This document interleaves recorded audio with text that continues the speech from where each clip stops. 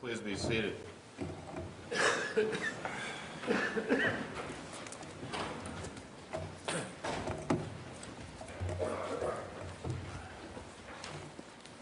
The second case for oral argument this morning is Carlos Quevedo, appellant, versus the state of South Dakota, appellee. For the appellant, we have Mr. Paul Eisenbraun, an attorney from Rapid City. For the appellee, we have Ms. Ann Meyer, an assistant attorney general from Pierre. The court would like to welcome the students from Vermillion High School and hope you find this educational. With that, Mr. Eisenbraun, you may proceed, sir, and you have 20 minutes. Thank you, Justice. May it please the court, counsel. There's no two ways about this. This is a very, very sad case. And this story starts with a little boy with a very troubled life. Carlos Quevedo is the son of Alicia Quevedo, who is not a stranger to this court, as well as the son of Chris Yellowiggle, who is also likewise not a stranger to the court system. Carlos knew drug use from a very early age. He saw his father in and out of federal and state prison, beginning at a very early age. And he had all the trappings that come with that upbringing. In fact, in State versus Alicia Quevedo, you get a little bit of insight into what Carlos's life was like when Unified Narcotics Enforcement Team burst in to what you would call the family home at that point and made arrests of both of his parents. He wasn't named, but that was Carlos that opened the door. That was Carlos that opened the door. I represented Chris Yellowiggle as a defendant in that matter. From there, you fast forward several years, and Carlos obtains the privilege of attending high school out of state, away from some of his familiar problems, I guess you would say. And he does reasonably well at a Riverside High School in Oklahoma. Upon returning to South Dakota, Carlos, not knowing any other life maybe, having had been around drugs his entire life, seeks out the same habits he saw his parents do. And so he goes out with friends, and immediately they're buying alcohol. They're not old enough to buy alcohol. They're buying cold medicine that if you abuse, you can get high. And they go on quite a spree all night long, drinking, getting high, drinking, and getting high. From there, they decide they need a little bit more. They need a little more alcohol. And the group of boys walks into a convenience store on Mount Rushmore Road in Rapid City. And they decide they're going to steal a case of beer. And for reasons unknown to anyone, as they go out, the shop attendant attempts to apprehend the boys, to stop the theft. And for her efforts, she receives about 7 stab wounds for that. It gets uglier still because the boys now are very free to take their alcohol that they've stolen. For whatever reason, don't stop. Carlos comes back and gives the store attendant, Casey Lord, approximately 31 more stab wounds. As I said, the facts are ugly in this case. It starts out sad and it ends sad. But that leads us into where this criminal case ended, which is sentencing. And in particular, we're talking about Eighth Amendment history here. Eighth Amendment history changes quite a bit, especially in the last 30 to 40 years. But even 100 years ago, the proposition that punishment should fit the crime was well established in Weems versus the United States. Over the course of history, over the last 120 years, 110 years, we've seen a shift away from punishment should fit the crime to a little more focus on the punishment should fit the crime and the offender. And so to set up my argument, I'd like to go through a little bit of that history to give it some context. In 1989, the United States Supreme Court in Stanford versus Kentucky was faced with the question of whether or not we can execute, whether or not it's good, moral, and permissible under the Eighth Amendment, to execute a juvenile under the age of 18, but at least over the age of 16. And the United States Supreme Court, in a divided court, came back and said, yes, in the United States in 1989, we will permit the execution of a 16 or 17-year-old offender. In 2005, in Roper versus Simmons, the court was asked to reconsider that question. In that case, there was a 17-year-old high school junior, Mr. Simmons, met with a couple of friends, set out to complete a burglary, and the facts seemed to indicate as well planned a murder at the same time. He walked into a woman's home, abducted her, tied her up, wrapped duct tape around her, and threw her into the river. He was convicted at trial and was sentenced to death. The United States Supreme Court, in the intervening 15 years, changed its tune. They said, no, we're no longer going to execute juveniles under the age of 18. It's not something that our policy is going to tolerate. We don't believe the Eighth Amendment tolerates that. Moving forward just a few more years, we get Graham versus Florida. In this case, we have a 16-year-old who pleaded guilty to a non-homicide crime. Pretty serious felonies, robbery, but a non-homicide. Initially, he was sentenced to 2 concurrent terms of probation for 3 years, which was quickly violated, and the judge immediately handed down a life sentence in that case. So the United States Supreme Court was asked, shall we just be handing out life sentences for non-homicide crimes? And they said no. The peniological goals don't apply the same for non-homicide crimes, especially when we're talking about juveniles. More to the heart of things, in 2012, the United States Supreme Court considered Miller versus Alabama. This is a pair of companion cases that were consolidated, asking whether or not we can have mandatory life sentences for juvenile offenders, whether it's homicide or not. And in both cases, both of the companion cases, there was a killing. Slightly different circumstances behind those, but in one of it was a pretty grisly killing. So these are what are known as categorical restrictions on a sentencing court's authority to impose sentences on juvenile offenders, right? Yes. Roper, Graham, Miller. Yes. Our own cases.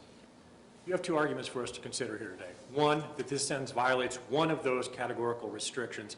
2, that even if that's not the case, it is on its facts disproportionate to the gravity and the harshness. Yes. That are implicated here. First issue, why does this sentence violate a categorical restriction, and which one among those cases does it violate? When you view Miller through Iowa versus Null, I think we're getting into a new realm that says basically lengthy, and just so we're clear, in the state's response brief, they wrote, the defendant is attempting to expand Miller, and that's absolutely true. In the context of Null and Bear Cloud. This is a categorical sentence. The reading between the lines and using a bit of a crystal ball, it would appear that courts that follow this line of reasoning sort of expect that a juvenile defendant, be parolable roughly by about age 50. Now, no one's written that.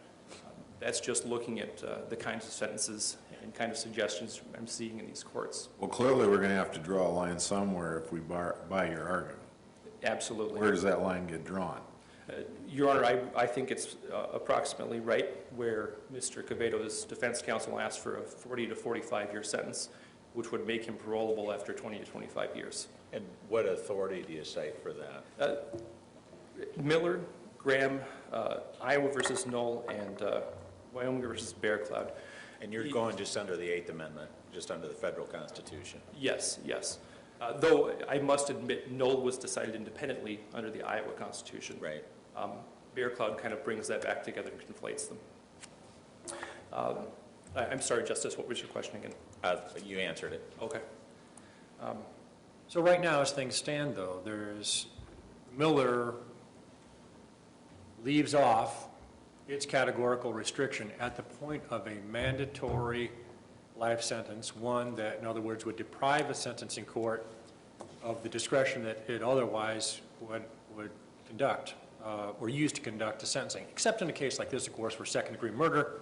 Ordinarily, that would be an automatic life sentence. Miller says that can't be the case, and in fact, our legislature has acknowledged that in at least 2 statutes post-Miller. So you acknowledge, candidly, it seems like we would have to expand our version or our interpretation of Miller for you to win. Yes, yes, I think that's absolutely true. And the reason for that is the shift in case law. Not only has Eighth Amendment case law shifted from the punishment should fit the crime to the punishment should fit the crime and the offender, there's also been a shift in the emphasis of the case law to the clause meaningful opportunity for release for a juvenile. Mr. Eisenbrand, doesn't your argument or your suggested approach here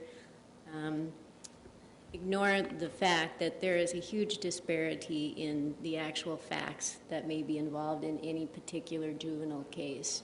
And why should there be a hard and fast line drawn, or even something close to a hard and fast line, when those facts can be so different from one case to another in terms of the gravity of the offense in particular?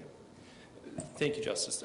And I think the answer to that is that lengthy terms of years, by their nature, are a hard, fast line.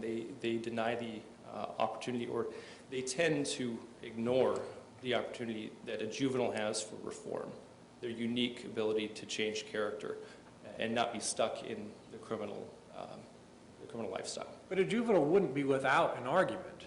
The juvenile could, even if he or she were precluded and didn't have the benefit of a categorical restriction, they could, as you've done in this case, make a separate argument that under the Eighth Amendment for this case, there's disproportionality. That analysis, it seems to me, could contemplate the individual facts and circumstances, not only of the crime, but of the defendant. Is that not satisfying? I appreciate your question, Justice, and that is, frankly, I believe one of the problems is with this whole line analysis with Knoll and Bear Cloud, is that these two, what were formerly completely separate forms of analysis, seem to be coming together. The proportionality does become a greater issue when we're dealing with an aggregate sentence or an otherwise lengthy term of years in any event. The application of all this argument comes down to this. This court should send this back for resentencing, and there's a number of reasons for that. While the circuit court did consider Miller, there's no way around that. Miller comes up in that sentencing transcript repeatedly. Judge Lindgren spent an awful lot of time, I think 8 hours that day, taking testimony, taking cross-examination questions, and considering it very carefully herself. But she didn't have the opportunity to consider this under the auspices of Knoll and Bear Cloud. Those cases make clear, though they are simply persuasive authority, that the meaningful opportunity for release is a very, very important consideration, and it wasn't emphasized in that sentencing hearing. Bear Cloud is very factually similar to Mr. Quevedo's case. In terms of the underlying sentence structure, it's 45 years that he's going to have once he to parole eligibility. They would both be released under their sentences at about the same time. Bear Cloud would be 61. Mr. Quevedo would be 62 upon his release under his current sentence. As well, Bear Cloud had the benefit of a Miller hearing, I guess we would call it. And yet the Wyoming Supreme Court saw fit to adopt Knoll and send it back for further consideration. In your principal brief, and I don't think in the reply either, you did not cite section 2261.3. Of course, that's the statute that says that a penalty of life imprisonment can't be imposed upon anyone under the age of 18. And so that seems to contemplate homicide, non-homicide, just statutorily. That restriction exists. The state mentioned it in passing. Not a criticism, just curious. Why didn't you cite it? I guess hindsight's 20/20, Justice. That does, I guess, provide further ammunition that legislatively we are moving in the general direction, if not specific direction, of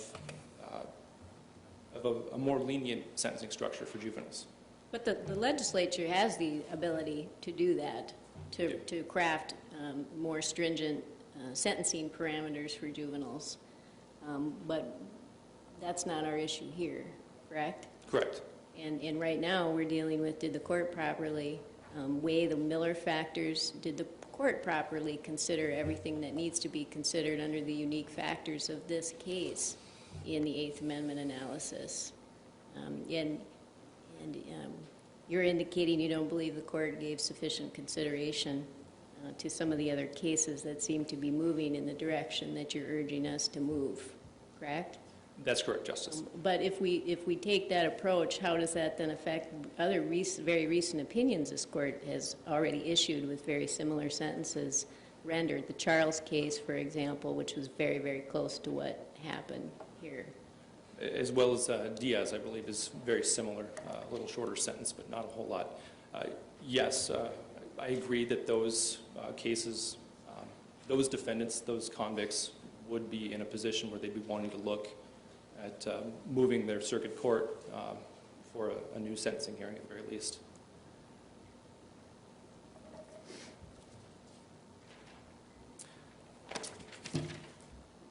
Regarding lengthy terms of years for juveniles, moving away from the categorical approach, one of the problems that we've got in these cases is that none of the peniological goals apply to juveniles in the same way that they would apply to adult offenders. The peniological goals being retribution, deterrence, incapacitation, and then, of course, rehabilitation. Viewing those goals through Miller and the meaningful opportunity for release kind of clarifies the position of defense here on proportionality. First, retribution. The United States Supreme Court said that the heart of the retribution rationale is that the sentence be directly related to personal culpability. Now, that's important in the juvenile context because while being a juvenile does not affect guilt, it certainly affects culpability, and Eighth Amendment case law is very clear on that point. Seeking retribution from someone less culpable just doesn't make sense. It's also not, it's really not a goal that the Eighth Circuit or the Eighth Amendment seeks. In this case, you mentioned it earlier, in this case, you would acknowledge it seems that the trial court, sentencing court, had an appreciation at least for Miller, understood was implicated. Would you agree with that? Yes. The trial court also considered what you might call one of the more traditional sentencing factors, sort of what you're talking about, some of these, as I say, more traditional factors. One of them she mentioned was, it seems to me, I don't know if she said it exactly this way, but public safety. The idea that someone who's committed a murder like this under the influence is a risk to the public. Just curious, is that permissible in some degree for the trial court to still consider? Or can they not consider it at all? Or do they consider it but just it doesn't predominate over sort of the characteristics of youth and those mitigating effects? Yes, I think I would. 2 minutes, counsel. Thank you. Yep. I think I would class that under the third goal, incapacitation. I think that is maybe aside from rehabilitation, the second most important possibility. Still permissible under Miller. Still permissible under Miller. She specifically expressed her concern that the defendant could, in fact, if intoxicated, kill again. And so that's certainly an important penological objective for her consideration. I agree. And I think under Miller, where they're talking about the rare, truly incorrigible juvenile, that incapacitation becomes a very important penological goal. But without consideration of meaningful opportunity for release and a finding of whether or not this person is that truly incorrigible child, Judge Lindgren left it in the air. We don't know. And I think that is the heart of all of these arguments, is that with juveniles, we don't know. And so I believe that's, I guess, the great concern in the middle of it. I'll leave you all with that. Okay, thank you, Mr. Eisenbrun. Ms. Meyer, you have 20 minutes.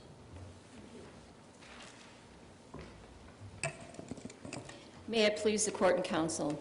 Time after time, this court has said that a term of years sentence is not a die in prison sentence. You've said it in Charles, you've said it in Diaz. Those cases are solid. The Supreme Court has, the United States Supreme Court has denied cert.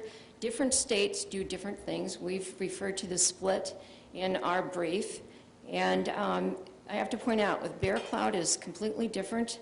There is a statute that the Wyoming legislature enacted which said that juvenile killers are eligible for parole after 25 years. We don't have a statute like that here. Iowa also is on the cutting edge of taking a different approach. But where we stand has been validated by the United States Supreme Court. And as far as Validated by the denial of cert?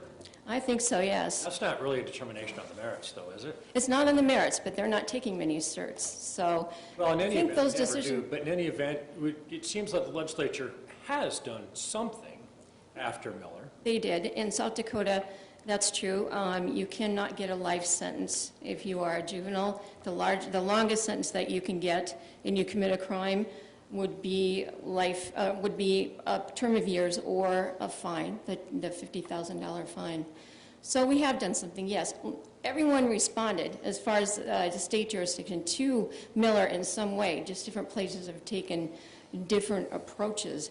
And I wanted to get back to the fact that Judge Lindgren here did a very careful and comprehensive analysis. What Miller requires is that you look at these 6 factors that our court set forth in Charles, and she did that in a very, very conscientious way. And this defendant had every opportunity to present testimony. He called in an expert. The expert says he has a normal intelligence. He has no systemic psychological diseases. He was capable of making a reasoned decision. And he was a very logical kid. He had a lot of responsibility for his age, even though his family was dysfunctional. Very often, he was the only child who was taking care of things while his parents were under the influence of methamphetamine. And another one of the factors that the court looked at was, of course, his family life. As the defense counsel has referred to, his family life was dysfunctional. His parents were on drugs. He had to grow up faster than most kids. There were some strong mitigating factors. Did the court adequately consider those in your view? She did. She was very, very careful to consider all of them. She said, I met my duty under Miller. I met my obligation. She went on to say, I am also considering the defense's request for leniency and mercy. And the fact that the defendant took credit for what he'd done, he pled guilty. He said that I have no doubt, this is in quotes at the plea hearing, that he was the one who killed Cassie Lord. What would you point to if we were, in the sentencing transcript, if we were looking for an indication that the sentencing court considered the factor of rehabilitation? The fact of rehabilitation, she listened to the defense's expert talk about how she couldn't be sure that this defendant wouldn't kill again. There's something more than just the combination of drugs that he took, and it's called robo-tripping, by the way, and that's on page 3 of the psychologist's report. And you don't want to engage in this because it can cause coma and brain damage. But what she said was, there's something more going on here that's reflected in the psychological report. The court picked up on that, and she said, nobody's clairvoyant. I can't be sure what's going to happen, but she still gave him a chance to reform. He has a light at the end of the tunnel, the glimmer of hope that's mentioned in Springer at 62.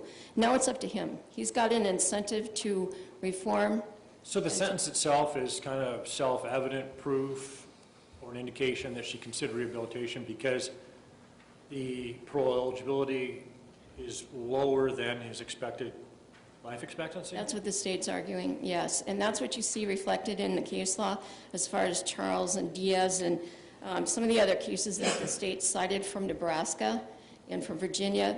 Those are the factors that the court that reviewing courts look at. That's not to say that sometime before this court, you're not going to get a case where the sentence exceeds the juvenile's life expectancy.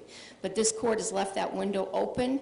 They said in Charles, if that happens, then that may be something that we want to take a look at. But it's not this case, and certainly not the degree of humiliation and harm and anguish that the victims suffered here with 38 stab wounds and bleeding out in the parking lot of the Come and Go. Well, unless we extend Miller, the way which we haven't done, the way things stand right now is there's a categorical restriction for homicide offenders only on mandatory life sentences.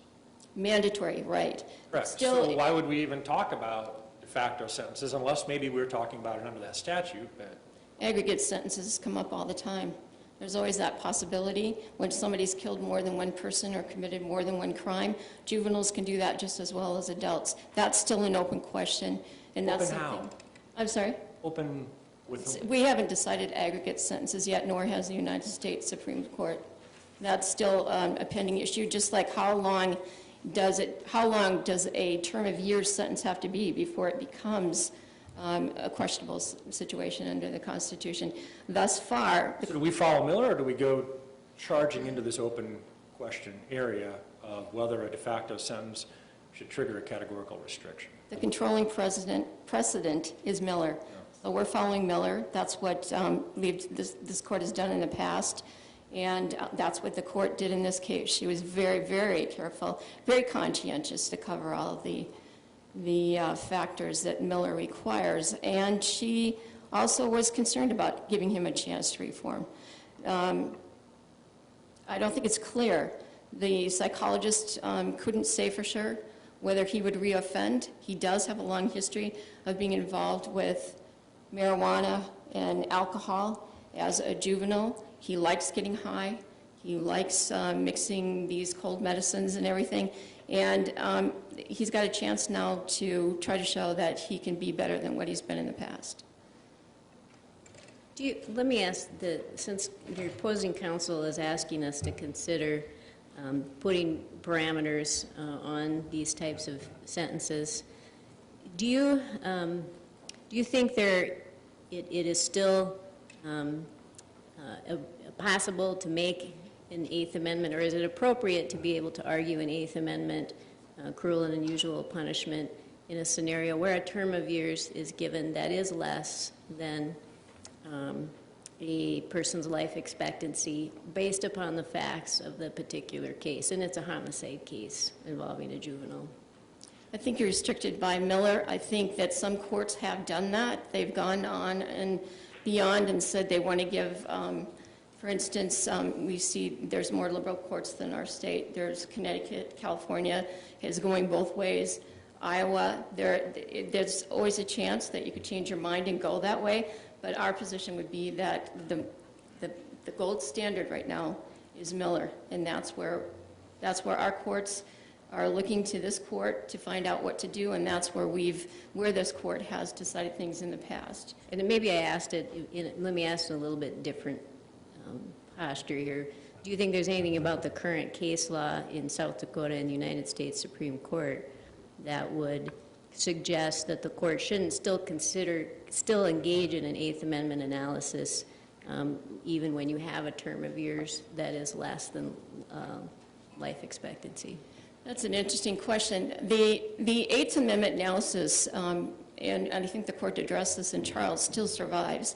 There hasn't been a case that says, we throw that out the window. That was one of the arguments that the defense made in Charles. And it still survives. It still is what this court looks at.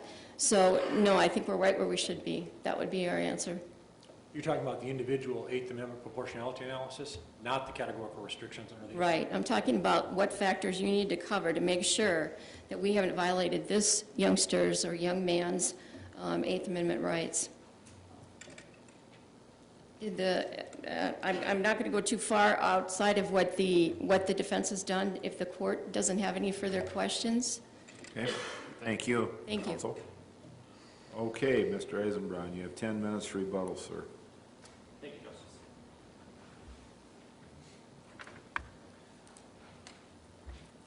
Beginning in probably the 1980s, we had a big push all nationwide for, I guess, the law and order society.